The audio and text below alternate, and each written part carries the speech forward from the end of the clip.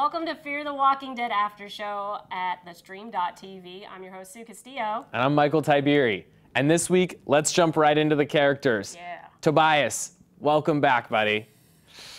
We love you, man. We're so excited. You're so knowledgeable. You got that stuff down. You just don't have the fortitude for it. But he knew about everything. He was schooling Madison at school. Absolutely. And he's like, Tobias is like the Google Maps version coming in here. You know what I mean? Like everybody's had like the Apple Maps and Tobias is just like swooping in like, I got A, B, C, this is what we need to do, and we're gonna do this, but he just doesn't have that scene where he, he's fighting with Artie and he's being thrown down the steps. Like he really did need Madison's help there, but he has it all up here. He has all of it. I would want to stick as close as possible to Tobias if I could. Yeah, and can we talk about the fact of like when it comes to the moral compass of the show, like we're starting to see a lot of things here. Like when it comes to Tobias, he was trying to warn Madison and tell her about what was going on. She didn't want to listen about the authorities not letting them know that stuff was going down and it was getting real quick.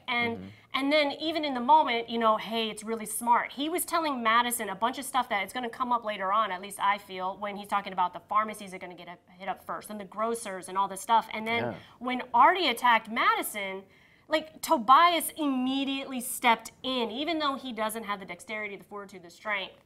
He knew the right thing to do was to help Madison's dumbass in that situation. Like, how you want to talk to Walker Artie, but you like, hey, Alicia's boyfriend, you can just die. So, yeah.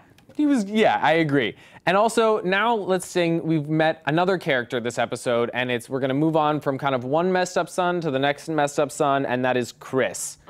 And he is Travis's son, and we kind of haven't had, any formal introduction to him, but now we're kind of getting to know him a little bit better, and he seems, he's kind of this wild card, and, he's downtown, and he's filming everything, and, like, he's kind of had, like, this lack of discipline that he has to kind of become reacclimated to because he's not used to it now that things are going awry. Oh yeah, definitely. And even though I feel like Chris is one of them children that, ooh, he really needs a good spanking. I do feel, again, there's as a grown adult, that it just feels like one of those moments of, even though he's not listening to the parents, there's that moral and ethical compass of he heard about a homeless man getting shot by the police, unawares that the zombie apocalypse is going down, and he was trying to do the right thing. He was trying to record everything that was going down. He was trying to be present, and he was trying to protest for what he thought was a good cause. And so, as much as Chris is annoying that he doesn't listen, I mean, his heart, it feels like, is in the right place. I agree. He's in the right place. He just is, I mean, we all kind of run to the beach when we hear these things. So it's kind of like, he wanted to be in the action. But in the end of the episode there, we find them, they take shelter in this barbershop, and we are introduced to a whole new set of characters. And another one is Ofelia. Yeah, the Salazars. Yes, the Salazars. Ofelia Salazar, the daughter of the family. And that was a very unique introduction because I had heard on like a lot of blogs and stuff like that, especially over our friends over at the undeadwalking.com, there's where they were talking about introducing like immigrant families and into the equation, and especially when that's like a hot button topic right now today.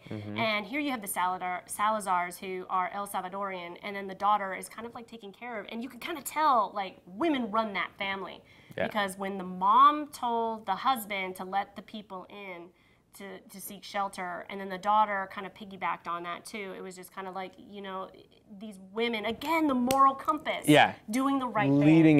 Leading the charge here, taking control of the situation, allowing Travis and his son to come in and his ex-wife to come in, and kind of, being the sole savers of this situation. So, I think that was very telling of Ofelia as a character, and moving forward, we'll probably see a lot more of that, of her kind of having that good-heartedness coming forward. So thank you guys for joining us here on the Fear the Walking Dead After Show. Make sure to keep the conversation going all week. Use the hashtag FearTWDAS, and check out the website here, thestream.tv. We're going to have predictions, stories, and keep up with all that stuff. So we'll hope to see you there. Thanks, guys.